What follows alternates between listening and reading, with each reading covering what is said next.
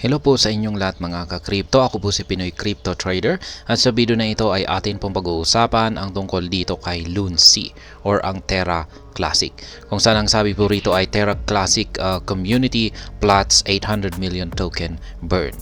Kaya yan, ang Terra Classic community daw po ay meron daw po silang plano na magsagawa ng isang major move or malakihang pagkilos kung saan ay or malakihang aksyon kung saan ay susubukan daw po nilang magsunog ng 800 million na USDC tokens.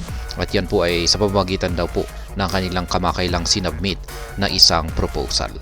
At ayan, bago po tayo magpatuloy ay nais ko lamang po munang bigyang linaw ang aking disclaimer kung saan ang nilalaman po ng video na ito ay hindi po ito isang financial advice.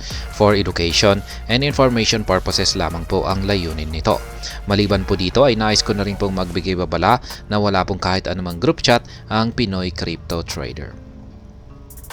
And the Terra Classic Lunsi community is making a move to take another massive quantity of digital currency out of circulation in line with its deflationary or burning campaign. The 800 million UTC burn proposal. Ayan, isa pong proposal yung itong 800 million na USDC na nais pong sunugin ng community ng Terra Classic. According to a proposal submitted by Frag Verdig, the developers are looking to part away with the 800 million USDC domiciled in the Risk Harbor wallet. Judging by community proceedings, there are obvious divisions and sects within the Terra Classic community, a trend that hampers a major decision making. One of these is the 800 million USDC in the Risk Harbor. Per the proposal presentation, this fund has been a primary source of ecosystem politics and drama. Kaya yan, meron daw pong isang wallet at na tinatawag po nilang Risk Harbor. At ito po ay naglalaman ng 800 million na USDC token. At ito po yung nais na sunugin ng Terra Classic community, sapagkat ito raw po yung pinagmumulan ng politiko at drama. Yan, politiko at drama dito sa community ni Lunsi or Terra Classic. While there is an existing agreement to burn the tokens in this wallet, the managers of the wallet allegedly lost the keys, making the burning almost impossible. Per the sheer disunity in the Terra Classic community, the different parties and stakeholders are unable to agree on chain burning through a hard fork for the set of USDC tokens, which at the moment are roughly $26 million. Ayan, sabi po rito ay meron naman daw pong existing na agreement para sunugin ang laman ng wallet na ito. Ang yan yung tinatawag po nilang Risk Harbor wallet. Ngunit ayon po sa mga managers ng wallet na ito ay nawala daw po nila yung kanyang keys, kaya ibig sabihin ay hindi na po nila ma-access yung wallet na ito. Kaya ayon po sa kanila ay napaka-imposible po na sunugin yung laman nito.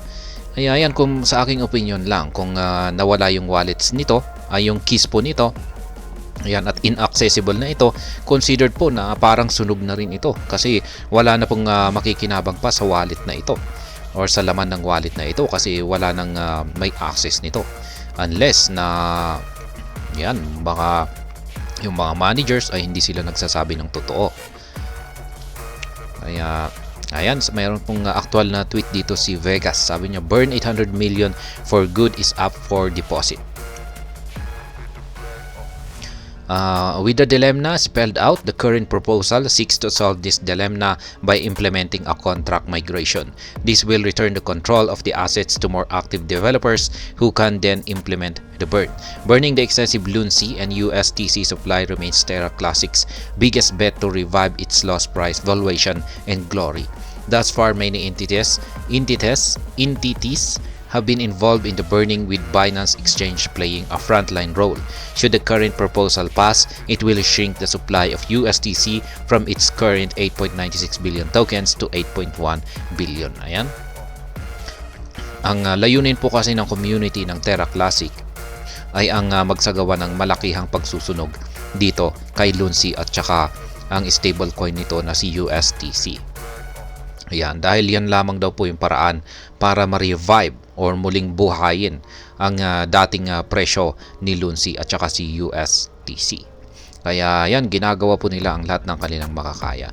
At yan, pag si Binance ay pinangunahan po niya yung mga gustong mangyari ng Terra Classic community, kung saan ay si Binance ang nanguna sa pagsusunog dito kay Lunsi. Kaya ayan, Terra Classic price setting page for parabolic run. Following the USDC burn update, the price of the algorithmic stablecoin and its sister token Lunsi recorded a major uptick to show the community is receiving the news very well. USDC is changing hands at 0.033255, up by 2.35% in the past 24 hours, while Terra Classic has pared off its losses from earlier in the day, with its price jumping by 4.6% to 30 digits 1296. As observed in the past, Lunsi or USDC burn updates have always driven price surges, and as new trends emerge per the current proposal, steeper price jumps are imminent. Kaya ayan, nung nailabas daw po yung burn update, yan, no, yung plano ng community plano ng Terra Classic community na magsunog ng 800 million yun, yan 800 million na USDC token, ay nagkaroon po ito ng impact sa kanyang presyo, kung saan ay umangat po ang presyo ng USDC ng 2.35% sa presyong 0.03255. Kaya yan pong muli ang tungkol dito. Ayan, naglabas po ng isang plano or plot ang community ni Terra Classic na magsunog ng 800 million na USDC. Kaya ayan, abangan na lamang po natin yan kung kailan po nila yan isasagawa. At ayun, hanggang dito na lamang po tayo sa video na ito. Sana po ay inyong nagustuhan ang aking paliwanag dito. Kung inyo po itong nagustuhan, pakiclick lamang po ang like button nito. Para naman po sa mga bago lamang dito, kayo po ay aking inaanyayahan para mag-subscribe. Pakiclick na rin po ang bell icon nito dahil ito po ang siya magsisilbing notification nito sa mga bago kong videos na akin pong ina-upload sa aking YouTube channel na ito. Marami pong salamat sa panonood. Ingat po tayo lagi at God bless po sa ating lahat.